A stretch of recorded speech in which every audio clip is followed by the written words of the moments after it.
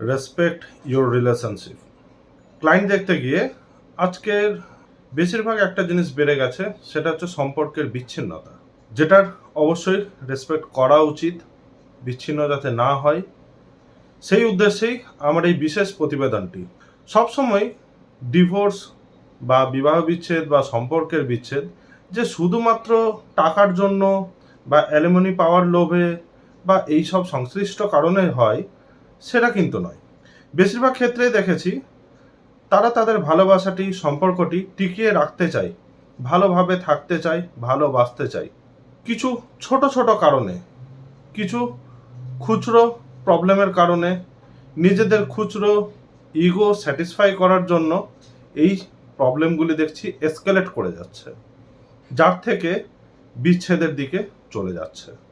এই ইললজিক্যাল কারণ, baseless ego, এই জিনিসগুলি ইগনোর করা যেত, কিন্তু যত দিন যাচ্ছে ইগনোরেন্সের জায়গায় এই জিনিসগুলি আরও বেড়ে বেড়ে আপনাদের সম্পর্কটিকে বিষাক্ত করে তুলছে। কেউ কাউকে সহ্য করতে পারছেন না। দেখা যাচ্ছে শুরু হয়েছিল একটি ছোট্ট কারণ দিয়ে, কিছু একটা জিনিস রাখা, কিছু একটা জিনিস আনা, শপিংয়ে যাওয়া বা এই ধরনের কিছু একটা ছোট ছোট ব্যাপার দিয়ে শুরু হয়েছিল, যার থেকে ছোট ছোট ক্ল্যাশ হওয়ার পরে আজকের ডেটে দেখা গেল তারা একটি বড় বিবাদের মধ্যে পড়ে গেছে, সেই সম্পর্কটি। আর সেই সম্পর্কের বিবাদে আগুনের মধ্যে ঘি ঢালার কাজ করছে আপনাদের নিজেদের মধ্যে টাইম ডিস্টেন্স। কীরকম? দুজন দুজনকে কোয়ালিটি টাইম দিতে পারছেন না, আন্ডারস্ট্যান্ডিং হচ্ছে না। কোয়ালিটি আন্ডারস্ট্যান্ডিং বা কোয়ালিটিভাবে বোঝাপড়া, নিজেদের প্রবলেমটাকে নিজেরা শর্ট আউট করা, এই ব্যাপারগুলি কিন্তু আপনারা আজকে আর করতে চাইছেন না বা করতে পারছেন না, যে কোনো কারণেই হোক। তার জায়গায় কি করছেন?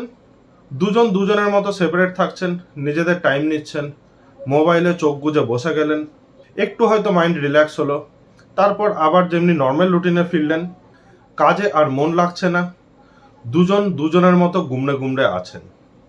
ক্ল্যাশ কোথায় হচ্ছে? যে আমাকে এরকম বলল, আমি হেরে গেলাম। বা অপরদিকে আরেকটা জিনিসও দেখেছি, ক্লায়েন্টরা প্রায় এসে যেটা বলে যে আমি ওকে এটা বলতে চাইনি, আমি এই জিনিসটা করতে চাইনি, আমি ভালোভাবে আন্ডারস্ট্যান্ডিং করতে চেয়েছিলাম, কেন জানি না আমাদের মধ্যে এই প্রবলেমগুলি আবার এসকালেট করে যাচ্ছে। আবার কিছু ক্ষেত্রে দেখা যায় যে নিজেদের ইগো স্যাটিসফ্যাকশনের জন্য আপনারা এটাও ভাবতে থাকেন আমি ওর কাছে এই একটা ছোট কারণের জন্য হেরে গেলাম। ভেতরে ভেতরে আপনার ইগো স্যাটিসফাই হলো না। এই ইগোটা কিন্তু সম্পর্ক শেষ করার জন্য যথেষ্ট। ইগো এমনই একটা জিনিস যেটা সম্পর্ক, নিজের বাস্তব বোধ, নিজের খ্যাতি, যশ সব কিছুই শেষ করতে পারে। আপনারা নিজেরা নিজেদের কাছে প্রতিজ্ঞাবদ্ধ হচ্ছেন যে না, এরকমটা করা উচিত হয়নি, এরপর আমি যাই, সব কিছু আন্ডারস্ট্যান্ডিং করে ঠিক করে নেব। এই ব্যাপারটা আপনারা নিজেরা হয়তো কিছু কুল কিনারা না করতে পেরে কোনো ফ্রেন্ড বা কোনো রিলেটিভের সঙ্গে প্রবলেমটি ডিসকাস করলেন, ব্যাস যেমনি থার্ড পার্টি ইনভলভ করলেন, বেশিরভাগ ক্ষেত্রে আজকের ডেটে দেখা যাচ্ছে যে সেই থার্ড পার্টি সেই ব্যাপারটির মজা নিয়ে আপনার সম্পর্কটি ভাঙার কাজটি করছে। আপনাকে এমন কোনো বুদ্ধি দিচ্ছে বা আপনাকে এমন কোনো নেগেটিভ ইনফ্লুয়েন্স করছে এমন কোনোভাবে যে আপনারা সেই সম্পর্কটা জোড়া লাগানো তো দূর, মানে হিসাব করতে বসে গেলেন যে কে কতটা বেটার, কে কতটা কি করছে, রিলেশনশিপে কার কন্ট্রিবিউশন কত, এই সবের ব্যাপার। আর পরক্ষণেই হয় কি, ম্যাচিউরিটির অভাবে আপনারা ভুল ডিসিশনটি নিয়ে বসেন। দেখুন, দুটো মানুষের মধ্যে সম্পর্ক বাঁচানোর থেকে ভালো আর কিছু হতে পারে না। আমি মনে করি অ্যাজ অ্যান অ্যাস্ট্রোলজার, যারা এইগুলিকে ভাঙার কাজ করছে, ইনক্লুডিং ইয়োরসেলফ, আপনারা কিন্তু এই জিনিসগুলি খুবই খারাপ কাজ করছেন। কারণ রিলেশনশিপকে ভাঙা, আমি যেটা মনে করি যে এক কথায় নেচারের এগেনস্টে। কারণ নেচার রিলেশনশিপ তৈরি করেই নেচার নিজের গতিকে বজায় রাখার জন্য।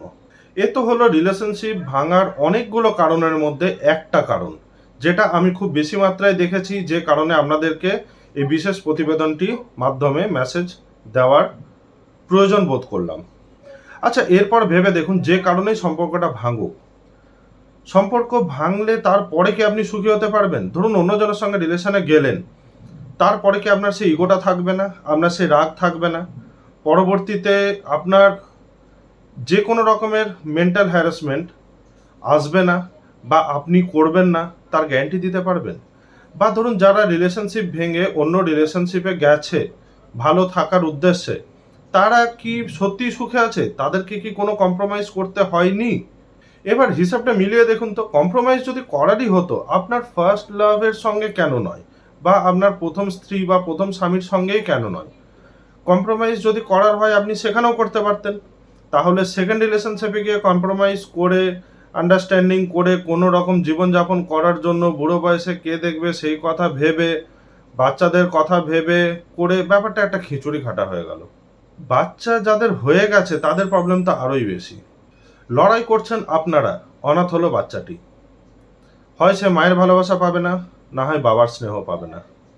অথচ ভেবে দেখুন, আপনারা যদি ভালোভাবে একসঙ্গে নিজেদেরকে মানিয়ে নিয়ে চলতে পারতেন, এই কম্প্রোমাইজের জায়গাটা যেটা আপনারা চাইছেন অন্যজনের কাছ থেকে, সেটা যদি আগে করতে পারতেন, তাহলে সেই বাচ্চাটি আজকে হতো সোনায় মোড়া। বাচ্চাটির থেকে ভালো ফিউচার আর কারোর হতো না। তাহলে এই কারণে আমি প্রথমে বলেছিলাম যে রেসপেক্ট ইউর রিলেশনশিপ। রিলেশনশিপকে যদি আপনি রেসপেক্ট করতে পারেন, তাহলে আপনার লাইফটাই সুন্দর হবে। দুনিয়া কি বলছে দেখে দরকার নেই। আপনার ভালোবাসার উদ্দেশ্যে বা আপনার সন্তানটিকে ভালো রাখার উদ্দেশ্যে হতাশা না হয়ে এখনো সময় আছে। যদি আপনারা চান এই ব্যাপারটিকে মিউচুয়াল আন্ডারস্ট্যান্ডিংয়ের মাধ্যমে সর্ট আউট করতে পারেন। যেখানে প্রথমেই করতে হবে, আপনাদের লাইফ থেকে যে নেগেটিভ এনার্জিগুলো আছে সেইগুলোকে দূরে সরাতে হবে, সেইগুলোকে অ্যাভয়েড করতে হবে। নিজেদের মধ্যে কোয়ালিটি টাইম বাড়াতে হবে, নিজেদের মধ্যে আন্ডারস্ট্যান্ডিং বাড়াতে হবে। In case as an astrologer আমি সাজেস্ট করব, যদি আপনারা নিজেদের মধ্যে সেই আন্ডারস্ট্যান্ডিং বা সেই বোঝাপড়া না আনতে পারেন, নিজেদের মধ্যে কমতি আপনারা চাইলেও খুঁজে পাচ্ছেন না, অনেক কাউন্সেলিং করিয়েছেন, অনেক কিছু করে নিয়েছেন লাইফে, সবাই বুঝিয়েছে, সবাই এই করেছে সেই করেছে বুঝলাম, কিন্তু এক্সাক্ট সেই পয়েন্টটা ধরতে পারছেন না যে সলিউশনটা কোথা থেকে করতে হবে। সেই ক্ষেত্রে দরকার হয় অ্যাস্ট্রোলজিক্যাল কাউন্সেলিং বা অ্যাস্ট্রোলজিক্যাল কনসালটেন্সি দ্বারা কাউন্সেলিং। তাতে কি হবে, আপনার যে ফ্লটা সেটা ধরা পড়ে যাবে। আপনার এই প্রবলেমটা হচ্ছে কেন, সমস্যা কি আপনার নিজেদের, এই রিলেশনশিপের আসার কারণে কি পজিটিভ হয়েছে কি নেগেটিভ হয়েছে, বা বাস্তুর কোনো প্রবলেম হচ্ছে কি না। ম্যাক্সিমাম ক্ষেত্রে বাস্তুর প্রবলেম কিন্তু দেখা যায়, আমি নিজে দেখেছি। নাকি টাইম ম্যানেজমেন্টের কারণে নিজেদেরকে টাইম দিতে পারছেন না, নাকি মানি ম্যানেজমেন্টের কারণে একজন হয়তো ভাবছে যে আমি টাকা কামাচ্ছি, আমি সব কিছু যা বলবো তাই হবে, আরেকজন ভাবছে আমি বাড়ির সব কাজ করছি, আমি যা বলবো তাই হবে। একজন হয়তো ভাবছে যে আমি তো এত টাকার মালিক, আমি যেটা বলবো সেটা করতে হবে। একজন ভাবছে আমারও তো কম টাকা নেই, আমি যেটা বলবো সেটা হবে। রিলেশনশিপে যখনই আপনি টাকা, নিজেদের ইগো, থার্ড পার্টি রিলেশনশিপ যেরকম কারোর বন্ধু, কারোর রিলেটিভ, এই ধরনের জিনিসগুলিকে এন্টারটেন করবেন, তখনই কিন্তু আপনার রিলেশনশিপে ফাটল ধরবে। এটা শুধুমাত্র যে আমার কথা তা নয়, আমি তো প্রচুর ক্লায়েন্টকে এরকম দেখেছি, তাদের আজকে most of the cases relationship টিকে গেছে। কিন্তু এটা হচ্ছে আজকে পুরো ওয়ার্ল্ডেরই একই গল্প। আর আমার প্রবলেম এখানেই। অ্যাজ অ্যান অ্যাস্ট্রোলজার আমি মনে করি প্রতিটা রিলেশনশিপ হচ্ছে নোবেল। আর এই নোবেল রিলেশনশিপকে বাঁচানোর জন্য আমি যদি আমার নোবেল অ্যাস্ট্রোলজিক্যাল সার্ভিস ইউজ করতে পারি, সেক্ষেত্রে পুরো ওয়ার্ল্ডের বেটার করতে পারবো, নেচারের বেটার করতে পারবো, আর সবশেষে আপনাদেরও বেটারমেন্ট হবে। সেই উদ্দেশ্যে আজকে আপনাদের এই বার্তাটি। ভালো লেগে থাকলে অবশ্যই ভিডিওটি প্রচুর মাত্রায় শেয়ার করবেন। কোনো প্রয়োজন হলে, কাউন্সেলিং দরকার হলে বা কনসালটেন্সি দরকার হলে নির্দ্বিধায় স্ক্রিনে দেওয়া ডিটেলসে কন্ট্যাক্ট করতে পারেন।